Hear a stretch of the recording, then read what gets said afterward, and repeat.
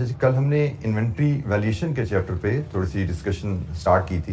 इसमें प्राइमरली हमने जो डिस्कस किया था कल, that was ordering, receiving, issuing of material system कैसे काम करता है, कैसे डिफरेंट स्टेप्स के थ्रू प्रैक्टिकली इदारों में काम होता है, और क्या डिफरेंट डॉक्यूमेंट्स हैं जो इन्वेंट्री की मूवमेंट, रिसीविंग, ऑर्डरिंग, इशूइंग को रिकॉर्ड करने के लिए यूज़ किए जाते हैं।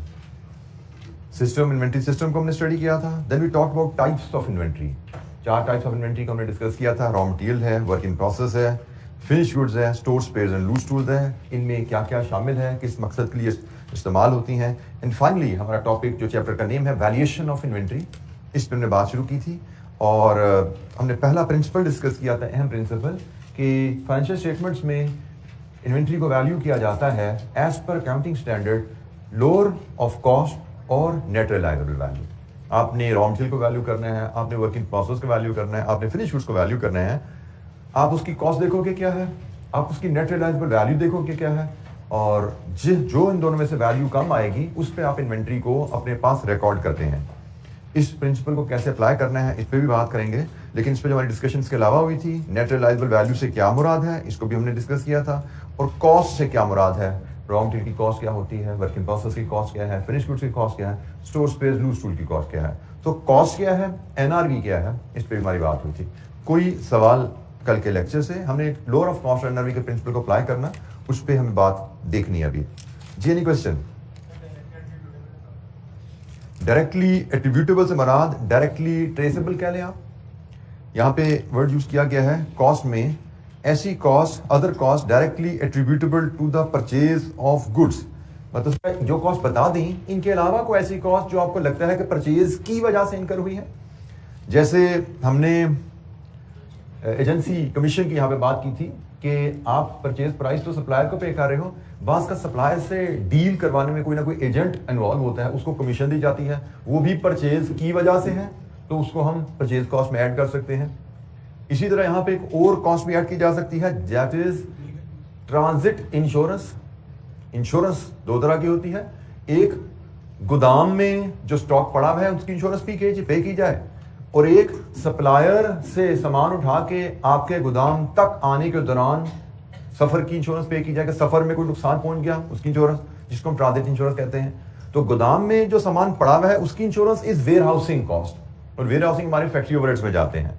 गोदाम में जो स्टोर में हमारे पास पड़ा हुआ है माल, उसकी इंश्योरेंस जो हम पे करते हैं वो वेयर हाउसिंग कॉस्ट है। लेकिन सप्लायर के गोदाम से आपके गोदाम तक माल लाने के लिए जो आपने इंश्योरेंस पे की है, that relates to purchase activity. क्योंकि हमने परचेज में बात यही की ना कि सप्लायर के गोदाम से लेके आपके गोदाम तक आने पे जो भी खर्चा आएगा वो परचेज में चला जाएगा, जिसकी कुछ आइटम्स यहाँ पे आइडेंटिफाइड है। तो जी, एनी अदर क्वेश्चन, कोई और सवाल? हमें बाय द वे कॉस्ट का प्रिंसिपल हमने जरूर पढ़ा है, वर्क इन प्रोसेस का प्रिंसिपल जरूर पढ़ा है, लेकिन इस चैप्टर में हमें इनकी कॉस्ट की कैलकुलेशंस नहीं टेस्ट की जाती। इस चैप्टर में इनकी कैलकुलेशन टेस्ट नहीं की जाती। इस चैप्टर में हमें वैल्यूज दी जाएंगी कि भाई ये कॉस्ट है मटेरियल की, रॉ मटेरियल की, या ये कॉस्ट है प्रोडक्ट की, और ये इसकी एनआरवी इस तरीके से कैलकुलेट कीजिए और बताइए आपके लिए लोअर ऑफ कॉस्ट और एनआरवी का प्रिंसिपल कैसे अप्लाई होने हैं। हमें ऐसा नहीं कितना बड़ा ब्रेकअप दिया जाएगा, इंपोर्ट ड्यूटीज एक्सेट्रा एक्सेट्रा, हमें जनरली अवेलेबल होगा, but we must remember this principle, क्योंकि हमें ये प्रिंसिपल लिखने को कहा जा सकता है, या हो सकता है हमें कोई क्वेश्चन आ जाए जिसमें वो कहे जनाब यहाँ से मटेरियल रॉ मटेरियल की कॉस्ट डिटर्मिन करो, तो उसमें से हमें उठानी पड़ेगी इस लिस्ट के मुताबिक कॉस्ट। सो हमें पढ़ते रहना है चीज़ों को, ताकि उसमें से मैक्सिमम चीज़ें हम रिटेन रख सकें प्रिंसिपल्स की हद तक, रट्टे लगाने के लिए नहीं, लेकिन उसूल जानने की हद तक। जी, कोई सवाल? अच्छा जी, हमने लोअर ऑफ कॉस्ट और एनआरवी का प्रिंसिपल हमने अप्लाई किया, तो इसमें हम एक इलस्ट्रेशन 1 देखते हैं, फिर मजीद इस पर डिस्कशन करेंगे। इलस्ट्रेशन 1, लोअर ऑफ कॉस्ट और एनआरवी का प्रिंसिपल कैसे अप्लाई होना है, ये अब हम देखेंगे जी। यहाँ पर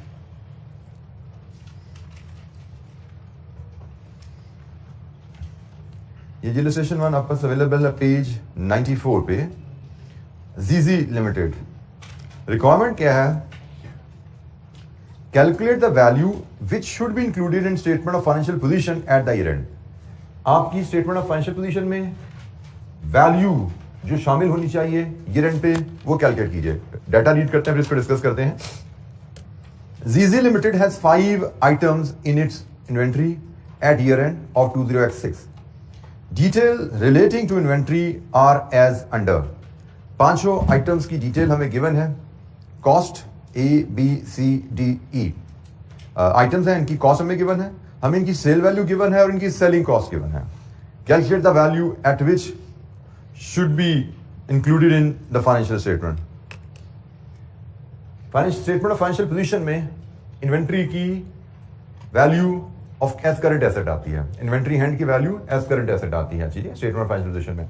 और हमने असूल पढ़ा इन्वेंट्री की वैल्यूएशन आपने जब भी करनी है लोअर ऑफ कॉस्ट और एनआरवी पे करना है। तो हमें हर इन्वेंट्री की कॉस्ट देखनी है और हर इन्वेंट्री की एनआरवी देखनी है और उसमें से जो लोअर है उस पे उसको हमने बैलेंस शीट में लेके जाना है। तो अगर हम ये फॉर्मेट इसको मैं बनाऊं आपके पास,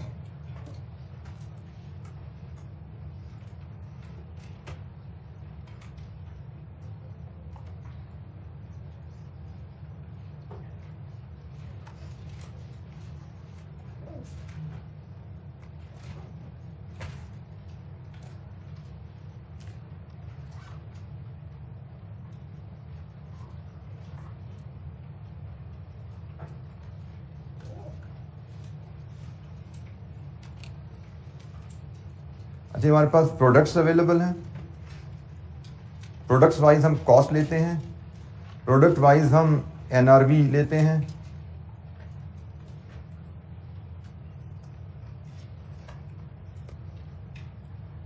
और फिर लोअर ऑफ कॉस्ट और एनआरवी हर आइटम के लिए आइडेंटिफाई करेंगे।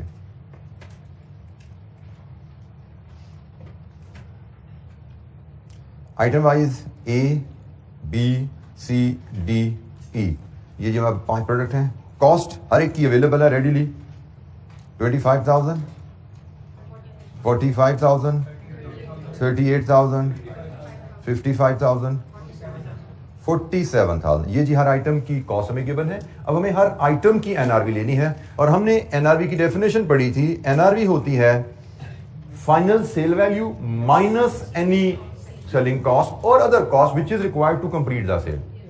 ये सेलिंग कॉस्ट भी हो सकती है, ये अदरवाइज कोई कमीशन भी हो सकती है, किसी भी किस्म की कॉस्ट। भाई ये पैसा हासिल करने के लिए, प्रोडक्ट को बेच के ये पैसा हासिल करने के लिए कोई भी खर्चा अगर हमें करना पड़ रहा है तो एनआरवी की कैलकुलेशन में वो लेस किया जाता है। तो जनाब हम हर प्रोडक्ट की एनआरवी अगर कैलकुलेट करें तो प्रोडक्ट ए की एनआरवी बनेगी जी 37,500 minus 500, it is 37,000। Product B की एनआरवी बनेगी 52,300 माइनस 1250, 51050। सी की एनआरवी बनेगी जी 38,500 माइनस 2,000, इट इज 36,500। डी की एनआरवी बनेगी जी 70,000 माइनस 2,800, 67,200।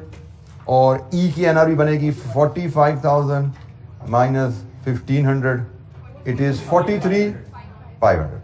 लीजिए जी हमने हर आइटम की कॉस्ट ले ली, हर आइटम की एनआरवी ले ली। यहां पे जो असूल है आप हर आइटम पे 1 बाय 1 असूल अप्लाई करेंगे। आइटम ए की cost versus NRV, whatever is lower cost, B की कॉस्ट और एनआरवी कॉस्ट, सी की NRV versus cost NRV, D की कॉस्ट, ई की एनआरवी।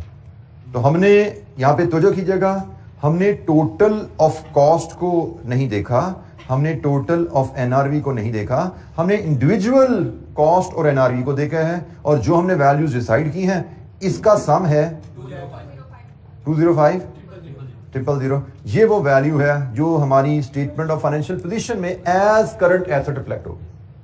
हर आइटम को अलहदा अलहदा गेज किया जाता है, ऐसा नहीं कि टोटल देखा इसका क्या है, टोटल देखा इसका क्या है और जहां पे टोटल कम है उसको ले गए। ये ख्याल रखना है, हमने हर आइटम पे अलहदा अलहदा असूल लगाया है, हर आइटम की कॉस्ट को उसकी एनआरवी से कंपेयर करके असूल लगाया है कि भाई ए के लिए लोअर क्या है, बी के लिए क्या है, सी के लिए क्या है, and then we took the sum. तो यह है जी वैल्यू जो हमारे पास बैलेंस शीट में रिफ्लेक्ट होगी। सो एनआरवी क्या है, लोअर ऑफ कॉस्ट और एनआरवी का प्रिंसिपल कैसे अप्लाई करता है। अकाउंटिंग स्टैंडर्ड हमें कहता है आपने इन्वेंट्री की वैल्यू लोअर ऑफ कॉस्ट और एनआरवी पे कैरी करनी है अपनी फाइनेंशियल स्टेटमेंट्स में। जी एनी क्वेश्चन, कोई सवाल? अच्छा जी एनआरवी की कैलकुलेशन तो बहुत सिंपल है, लेकिन जब हम कॉस्ट की बात करते हैं तो कॉस्ट में कुछ चैलेंजेस आते हैं जिनको हमें डिस्कस करना है। कॉस्ट की कैलकुलेशन में कुछ चैलेंजेस आते हैं, क्योंकि हम रॉ मटेरियल के रेफरेंस से बात करें, रॉ मटेरियल आप सप्लायर से खरीदते हैं, हमने कहा जी हम सप्लायर को जो प्राइस पे करते हैं दैट इज द कॉस्ट। अब इशू कॉस्ट में ये आता है कि क्या सप्लायर को हम पूरा साल एक ही प्राइस पे करते रहते हैं? Answer is no.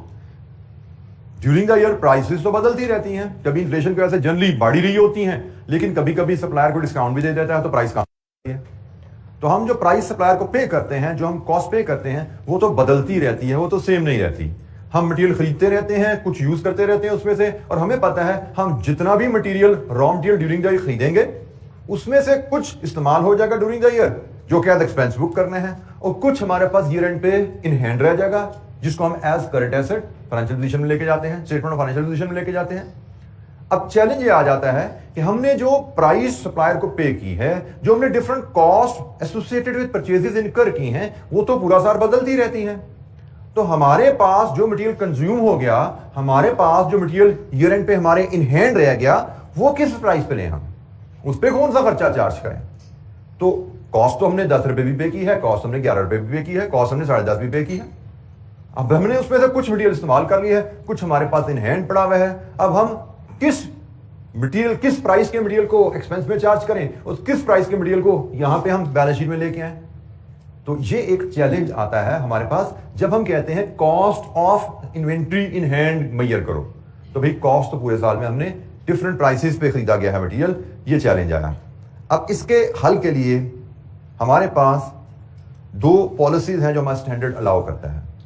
हमारा अकाउंटिंग स्टैंडर्ड 2 पॉलिसीज अलाउ करता है कि हम जो एक्सपेंस बुक करें ड्यूरिंग द ईयर, हम जो बैलेंस शीट में वैल्यू लेके आए कॉस्ट की मद में, उसमें we can either adopt a policy of first in first out, और we can adopt the policy of weighted average cost. First in first out को हम FIFO से एब्रीवेट करते हैं, और वेटेड एवरेज कॉस्ट को हम एवको से एब्रीवेट कर देते हैं, एवरेज कॉस्टिंग कह देते हैं इसको हम।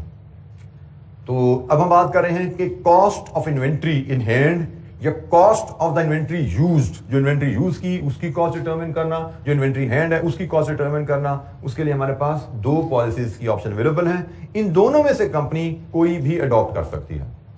अकाउंटिंग स्टैंडर्ड इन दोनों पॉलिसीज को अलाउ करता है।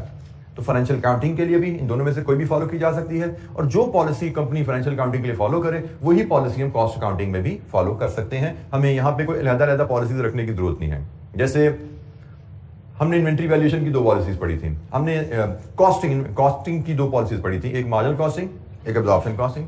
वहां पे हमने पढ़ा था कि 2 पॉलिसीज हैं, लेकिन अकाउंटिंग फाइनेंशियल अकाउंटिंग की रिक्वायरमेंट है एब्जॉर्प्शन कॉस्टिंग। फाइनेंशियल अकाउंटिंग कहती है एब्जॉर्प्शन कॉस्टिंग यूज करनी है, अभी वहां पे चॉइस नहीं है।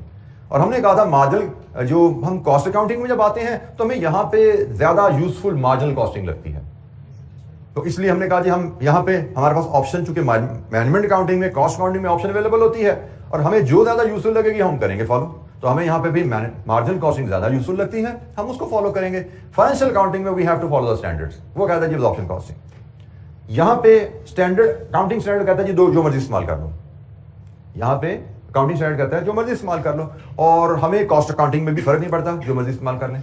तो फिर हम जनरली जो फाइनेंशियल अकाउंटिंग में पॉलिसी फॉलो कर रहे होते हैं वही पॉलिसी हम कॉस्ट अकाउंटिंग में भी फॉलो कर लेते हैं। तो अब हमने इन दोनों सिस्टम्स को समझना है, दोनों पॉलिसीज को समझना है, ये पॉलिसीज हमें क्या गाइडलाइन देती हैं, और इन पॉलिसीज के मुताबिक कॉस्ट ऑफ मटेरियल यूज्ड कैसे डिटरमिन किया जाता है और cost of material in hand कैसे डिटरमिन किया जाता है। क्योंकि कॉस्ट ऑफ मटेरियल यूज्ड हमें चार्ज करना है एज एन एक्सपेंस, और cost of material in hand हमने as asset statement of financial position में रिफ्लेक्ट करना है। तो दोनों सिस्टम के तहत कॉस्ट ऑफ इन्वेंट्री डिटरमिन करना। अच्छा, let's start with first in first out. बड़ा सिंपल सा असूल है जी। फर्स्ट इन फर्स्ट आउट का असूल कहता है कि आप अपनी हिसाब किताब में ये अज्यूम कीजिए कि जो इन्वेंट्री पहले इस्तेमाल की, पहले खरीदी गई वही पहले इस्तेमाल हुई। ये असूल रख लीजिए। पहले आपने 10 रुपए का यूनिट खरीदा, फिर 10.5 का खरीदा, फिर 11 का खरीदा, प्राइसेस बदलती रहती हैं। तो जब यूज करेंगे इसी सीक्वेंस में इस्तेमाल करें कि जो मटेरियल पहले यूज किया वो 10 रुपए वाला था, फिर दोबारा जरूरत पड़ी वो 10.5 वाला था, और आखिर में अगर 1 यूनिट इन हैंड बच गया तो वो 11 रुपए वाला है। This is first in first out. Practically physically units को ट्रेस करना मे नॉट बी पॉसिबल, क्योंकि आपने 1000 यूनिट्स का ऑर्डर मंगवाया 10 रुपए के हिसाब से, फिर आपने 2000 यूनिट्स का ऑर्डर मंगवाया, अभी 1000 वाला पड़ा था आपके पास, खत्म नहीं हुआ था, आपका एक और ऑर्डर आ गया 2000 यूनिट्स का, वो 10.5 के हिसाब से आ गया। अभी दूसरा ऑर्डर खत्म नहीं हुआ था, आपका तीसरा आ गया 11 रुपए के हिसाब से, वो 3000 यूनिट्स का था। तो आपके गोदाम में इकट्ठे तीनों रेट्स पे मटेरियल आके रखे गए, लेकिन क्या फिजिकली इन यूनिट्स में कोई फर्क होता है? 10 रुपए का 10.5 वाले से कोई फर्क होगा? फिजिकली तो कैसे होते हैं? सिर्फ कीमत हमने सप्लायर को फर्क पे की है, क्योंकि कोई हमने अप्रैल में खरीदा, कोई मई में खरीदा, कोई जून में खरीदा, कीमत बदल चुकी थी। तो फिजिकली यूनिट्स में कोई फर्क नहीं होता, सिर्फ कीमत फर्क पे की है। जब मटेरियल में फिजिकली कोई फर्क नहीं है तो फिर देयर इज नो नीड कि गोदाम में इनको हम अलग-अलग संभालने की कोशिश करें, क्योंकि उससे अलग-अलग मैनेज करने से कॉस्ट बढ़ जाती है। तो गोदाम में तो सारे इकट्ठे रखे जाते हैं, एक लॉट आई रख दी, दूसरी है उसके साथ ही रख दी, उसके ऊपर ही रख दी, उसके नीचे दाएं रख दी, बाएं रख दी, मिक्स करके रखे जाते हैं। क्योंकि आप गोदाम में को जी मैंने हर लॉट को अलग-अलग रखना है, तो that will increase your management cost, inventory handling cost बढ़ जाती है, इन्वेंट्री स्टोरेज कॉस्ट बढ़ जाती है। जब मैटर नहीं करता, फिजिकली डिफरेंट नहीं है यूनिट्स, तो हमें फिजिकली अलग-अलग क्यों रखने हैं? हाँ, किताबों में हम इनको अलग-अलग रखते हैं, क्योंकि हमें जो कॉस्ट का हिसाब रखना है वो किताबों में रखना है ना। हमने जाके फिजिकल यूनिट गिनने हैं कितने पड़े हुए हैं और किस रेट पे पड़े हुए हैं, हम किताबों से देख लेंगे। अब वो पहली लॉट के, दूसरी लॉट के, तीसरी लॉट के, फिजिकल मैटर नहीं करेगा, लेकिन किताबों में मैटर करेगा। किताबों में असूल हमें ये बताता है FIFO का कि जो यूनिट सबसे पहले आए, आप हिसाब किताब ये रखो कि सबसे पहले वही इस्तेमाल होंगे। एज अ रिजल्ट जब पीरियड एंड हुआ तो जो यूनिट इन हैंड है वो ये समझा जाएगा वो लेटेस्ट परचेज में से हैं। तो ये रिकॉर्ड हम कैसे रखते हैं? FIFO के तहत cost of units use and cost of units in hand कैसे मेजर किया जाता है। एक छोटी सी इलस्ट्रेशन है, इलस्ट्रेशन 2, हम उसमें डाटा देखते हैं और उसको हैंडल करते हैं। ये जी माजिद लिमिटेड का डाटा है, इलस्ट्रेशन 2 में, it is on page 95। Determine the cost of issues, issue से मुराद जो यूज हुआ।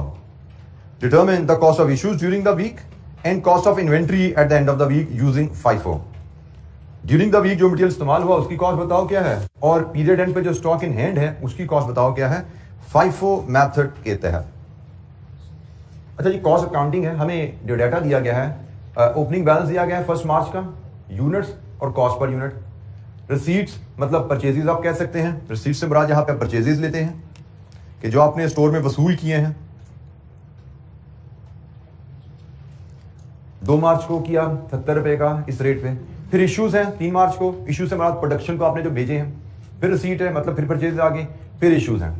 तो हमें परचेजेस के तो उसने रेट दे दी हैं, इश्यूज का उसने हमें रेट नहीं दिया, उसका असूल बता दिया, फर्स्ट इन फर्स्ट आउट, कि जब इशू करना है तो जो सबसे पहले आए थे उनको सबसे पहले इस्तेमाल करना। अच्छा जी, इसकी प्रेजेंटेशन के डिफरेंट फॉर्मेट हम बना सकते हैं जिसके मदद से हम ये कैलकुलेट करते हैं वैल्यूज, बट जनरली जो बेसिक सा फॉर्मेट हमारा होता है मैं वो आपसे शेयर करता हूं। हम ओवरऑल एक कॉलम यहां पे पहला डेट का बनाते हैं और उसके बाद हमें 3 बड़े कॉलम चाहिए, रिसीट्स, इश्यूज एंड बैलेंस का, और फिर हर बड़े कॉलम के हम 3 हिस्से मजीद कर देते हैं, हर कॉलम के हम 3 हिस्से कर देते हैं।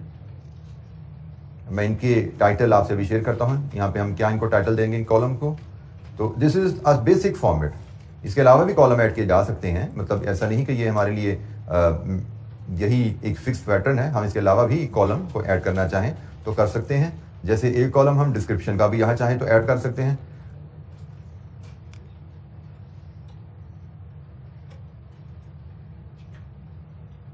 But generally this format is considered good enough.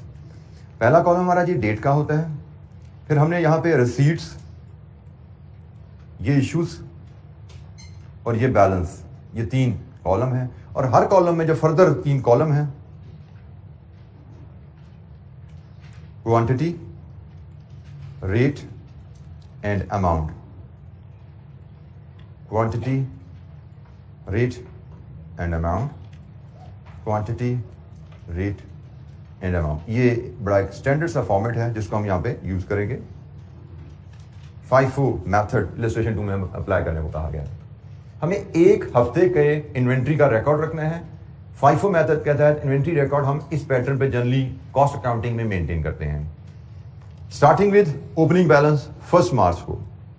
1 मार्च को हमें ओपनिंग बैलेंस गिवन है, तो बैलेंस सीधा बैलेंस के कॉलम में लैंड करेगा। कितने यूनिट्स हैं? 10 यूनिट्स हैं। रेट है 2 रुपए, कीमत हुई 20 रुपए।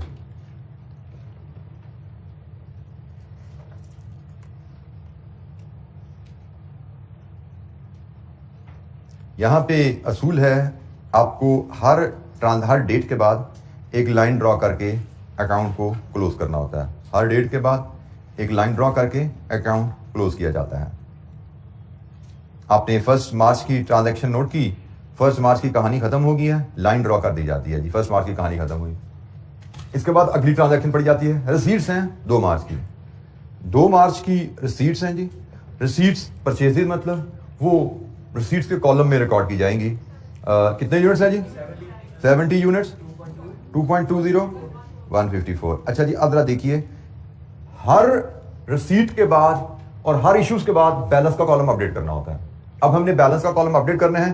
बैलेंस के कॉलम में आपने हर डेट पे complete balance in hand show करना होता है। जैसे ये खाता क्लोज हो गया था, अब हमने रिसीट की, रिसीट के बाद हमने बैलेंस अपडेट करना है, तो हम इसको इससे प्रेजेंट करते हैं कि भाई 10 यूनिट्स हमारे पास पहले के पड़े हुए थे के हिसाब से, और अब 70 यूनिट्स मजीद आ गए हैं 2.2 के हिसाब से, 154 हो गए हैं रुपीस के।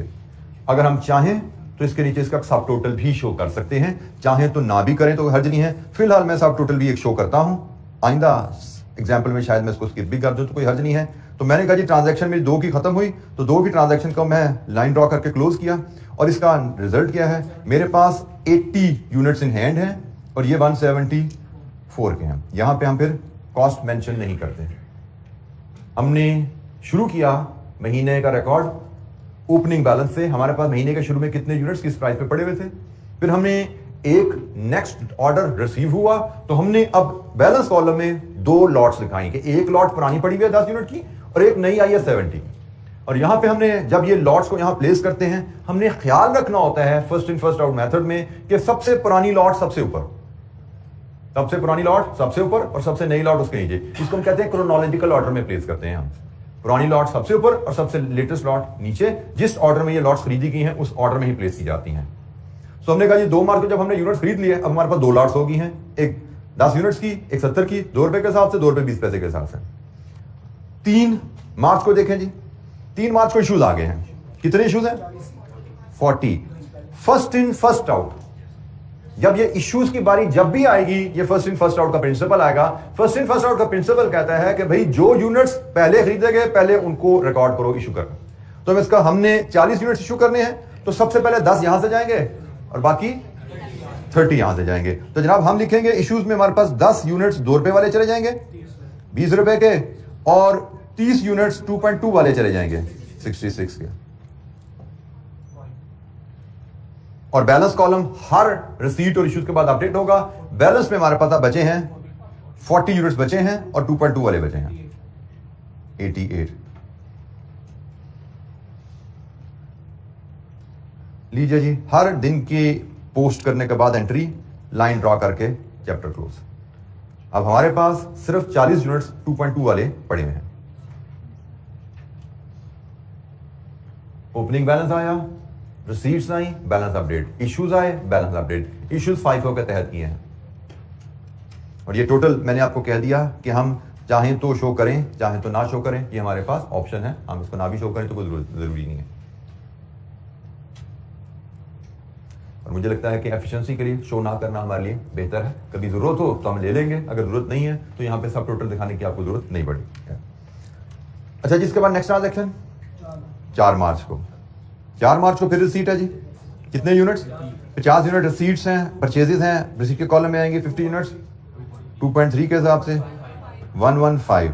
बैलेंस कॉलम अपडेट होगा। अब हमारे पास फिर 2 लॉट्स हैं, एक 40 यूनिट्स की सबसे पहले वाली लॉट और फिर 50 यूनिट्स की दूसरी लॉट 2.3 115। ठीक है जी, हम इसको अभी अगेन टोटल अभी सब टोटल रहने देते हैं, हम उसको नहीं पोस्ट करते, हम इसी को यहीं पे क्लोज करते हैं कि लीजिए जी हमने ये बैलेंस अपडेट कर दिया रिसीट के बाद, ये ट्रांजैक्शन क्लोज होगी। इसके बाद हमसे कहा जी एक और इशूज 5 मार्च का, तो लेट्स रिकॉर्ड दैट। 5 मार्च को इशूज है 70 units 54 first in first out का भाई 40 ये जाएंगे और 30 इधर से जाएंगे। तो इशूज में 40 यूनिट्स जाएंगे 2.2 वाले 88 के, और 30 यूनिट्स जाएंगे आपके 2.3 वाले 69। As a result in hand बचे सिर्फ 20 यूनिट्स 2.3 वाले 46 के।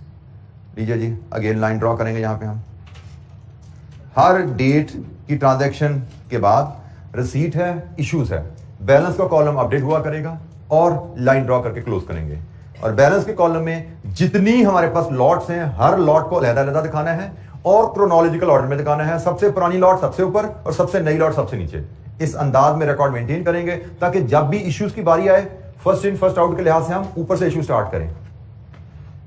ये जी FIFO मेथड के तहत कॉस्ट ऑफ इश्यूज जानना है तो FIFO मेथड के तहत जनाब यहां टोटल कर लीजिए। आपने इश्यूज किया 40 और 70 110 यूनिट्स और इनकी कॉस्ट क्या है इस कॉलम का टोटल कर लीजिए 243।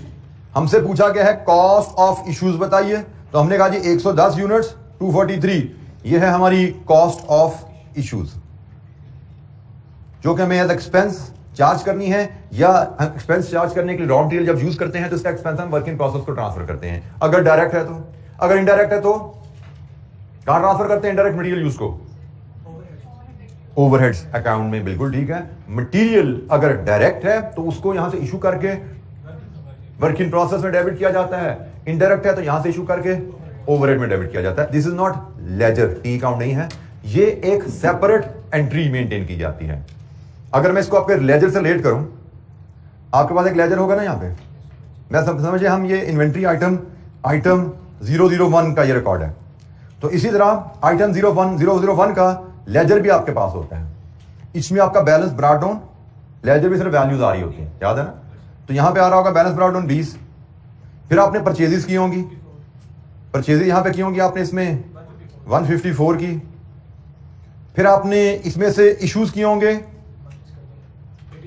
86 के से डायरेक्ट था वर्क इन प्रोसेस को गया।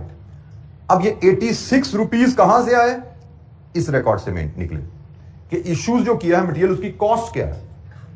FIFO के तहत कुछ और होती है, FIFO के तहत कुछ और होती है।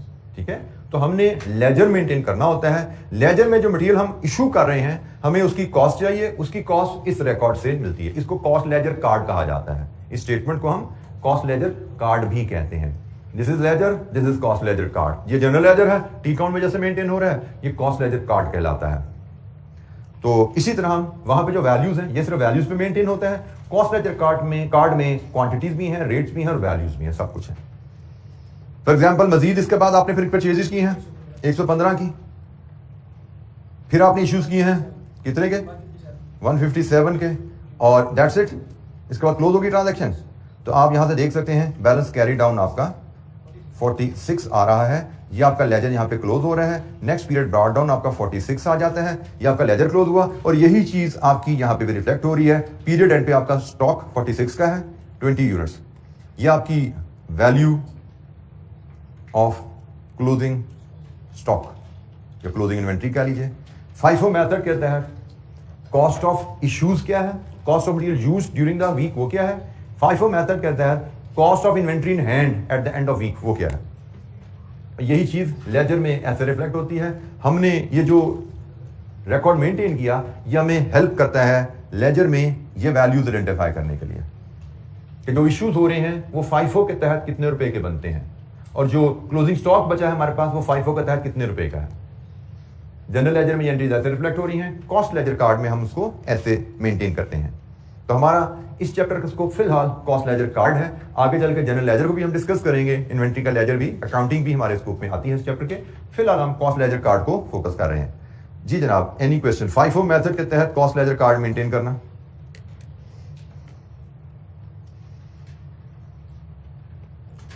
अच्छा जी, अब यही एक्टिविटी हम एवको मेथड के तहत करते हैं। एवको मेथड के तहत अगर हम कॉस्ट लेजर मेंटेन करें तो how would it look like.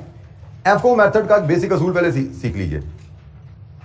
AVCO method का असूल है कि आपने हर परचेज के ऊपर पुराने यूनिट्स और नए यूनिट्स को मिला के एवरेज रेट निकाल लिया करना है।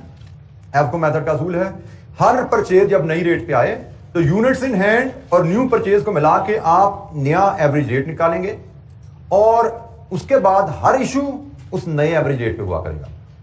आई रिपीट, हर परचेज के ऊपर एवरेज रेट रिवाइज होगा और ऑनवर्ड हर इशू उस नए रेट पे होगा। फिर परचेज आई, फिर रेट रिवाइज हो गया, फिर इश्यूज पे होने शुरू हो गए। फिर परचेज आई, फिर रेट रिवाइज होगा, इश्यूज पे होने शुरू हो जाएंगे। सो हर परचेज पे नया रेट आया करेगा और ऑनवर्ड इशू उस नए रेट पे हुआ करेंगे। और नया रेट या एवरेज कॉस्ट का हम निकालते कैसे हैं?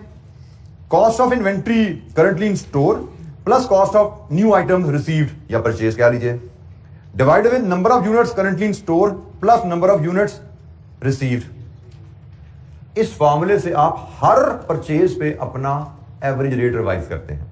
बड़ी सिंपल सी कैलकुलेशन है। हम यही डाटा जो भी हमने इलस्ट्रेशन 2 में डील किया, यही डाटा हमें इलस्ट्रेशन 3 में प्रोवाइडेड है, लेकिन रिक्वायरमेंट हमें है कि एवको से इसको सॉल्व कीजिए।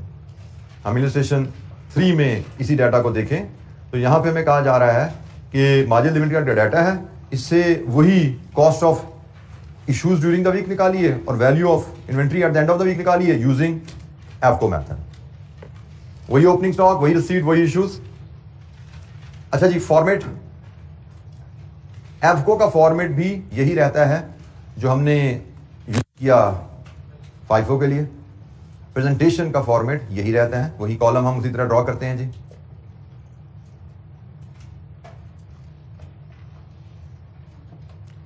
एक कॉलम हमारा डेट का निकलता है पहले, फिर 3 बड़े हिस्से हम करते हैं।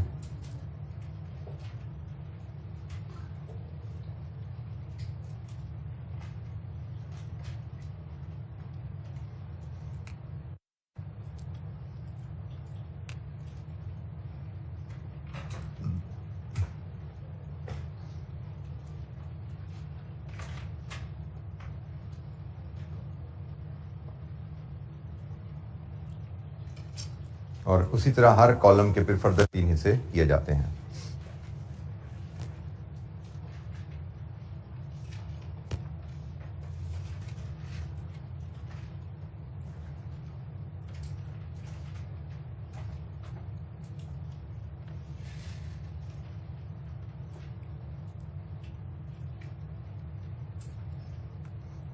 वही format, date, receipts, issues and balance, quantity, rate and amount.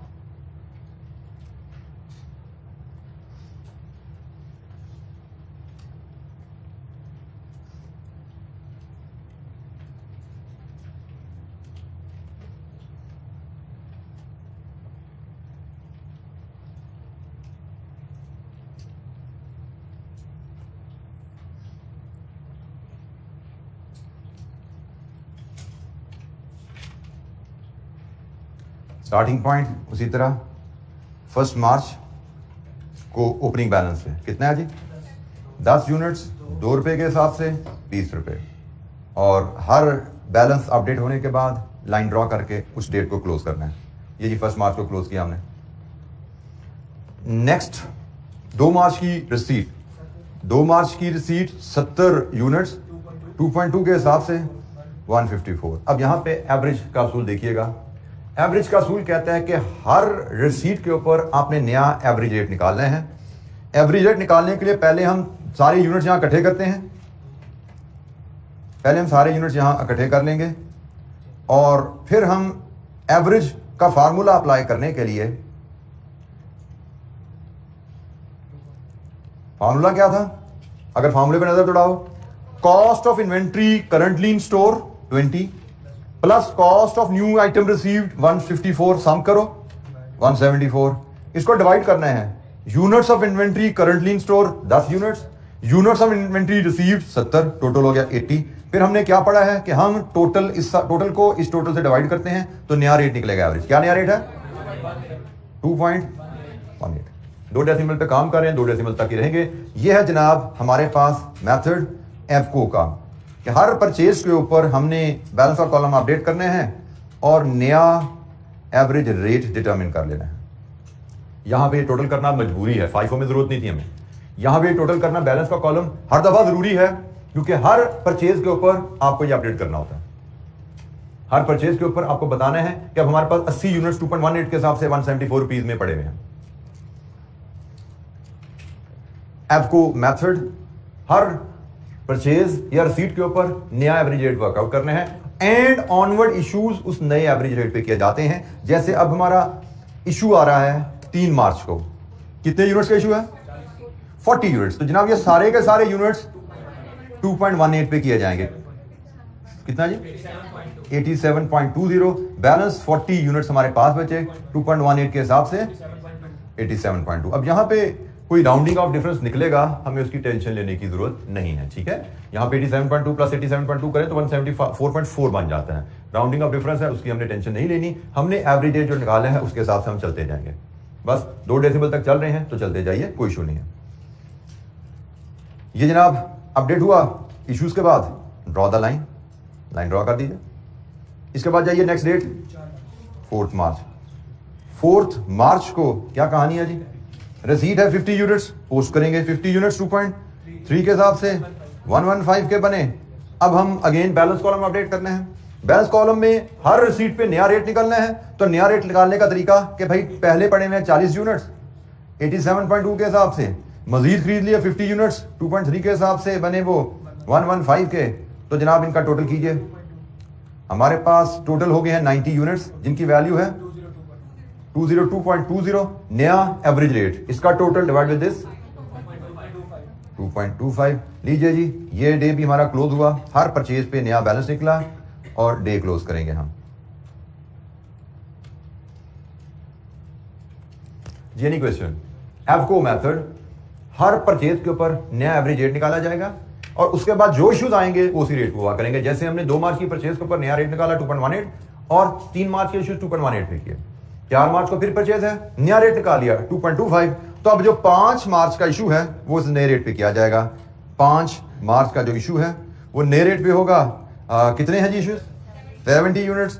70 units issue करेंगे 2.25 के हिसाब से इशू करेंगे। कितना जी? 157.50। 20 यूनिट्स इन हैंड रह गए 2.25 के हिसाब से 45। लीजिए जी, दिस कंप्लीट्स ओवर रिकॉर्ड। हमारा रिकॉर्ड यहाँ पे कंप्लीट हो गया। हमसे उसने मांगा है कॉस्ट ऑफ इश्यूज बताइए। तो कॉस्ट ऑफ इश्यूज के लिए जनाब ये सम कर लीजिए। हमने 110 यूनिट्स इशू किए हैं 244.70 के और हमारे पास 20 यूनिट्स इन हैंड हैं 45 के। यही 2 चीजें मांगी थी कि कॉस्ट ऑफ इश्यूज बताओ और cost of units in hand बताओ। हम देख सकते हैं these 2 values are marginally different as work out under FIFO। जो हमने FIFO में वर्कआउट की थी उससे मार्जिनली डिफरेंट आई हैं ये वैल्यूज। जी जनाब, एनी क्वेश्चन, कोई सवाल? First in first out method और एवको मेथड।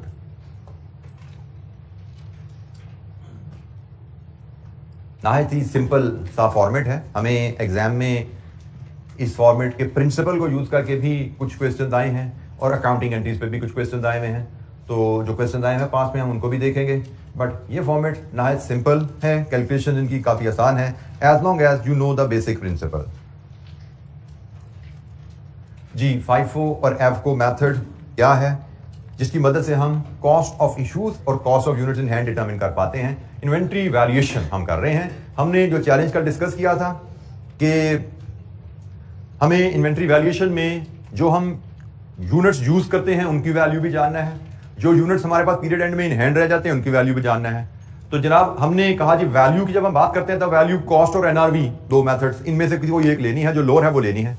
तो हमने कहा जी पहले हम कॉस्ट कैलकुलेट करना सीख लें। कॉस्ट और NRV का कंपैरिजन, उसका असूल तो हम वैसे ही छोटी सी एग्जांपल से देख चुके हैं। अब हम फोकस कर रहे हैं कॉस्ट कैलकुलेट करना, कि हम कॉस्ट ऑफ इश्यूज कैसे कैलकुलेट करते हैं, cost of inventory in hand कैसे निकालते हैं। FIFO के तहत, एवको के तहत कोई मसला मसाइल जनाब? जी बेटा जैसे उसको कर रहे थे हम, बस सिर्फ ये बदल गया ना आपके इश्यूज की वैल्यूज बदल गई हैं। वहां पे आपने ये पोस्ट किया था लेजर 86, FIFO के तहत 87.2 पोस्ट करोगे। आपने एवको के तहत FIFO के तहत 157 किया था, एवको के तहत 157.5 पोस्ट करोगे और यहाँ पे आपका 45 का स्टॉक रहेगा। परचेजेस तो वही हैं, उसमें तो कुछ चेंज नहीं आई। इश्यूज की वैल्यूज बदल गई हैं, इश्यूज बदल गए और इन हैंड बदल गया। ये आपने FIFO के तहत पोस्ट किया था, एवको के तहत लेजर में ये चीजें पोस्ट होंगी आपकी। ठीक हो जी? एनी अदर क्वेश्चन, कोई सवाल?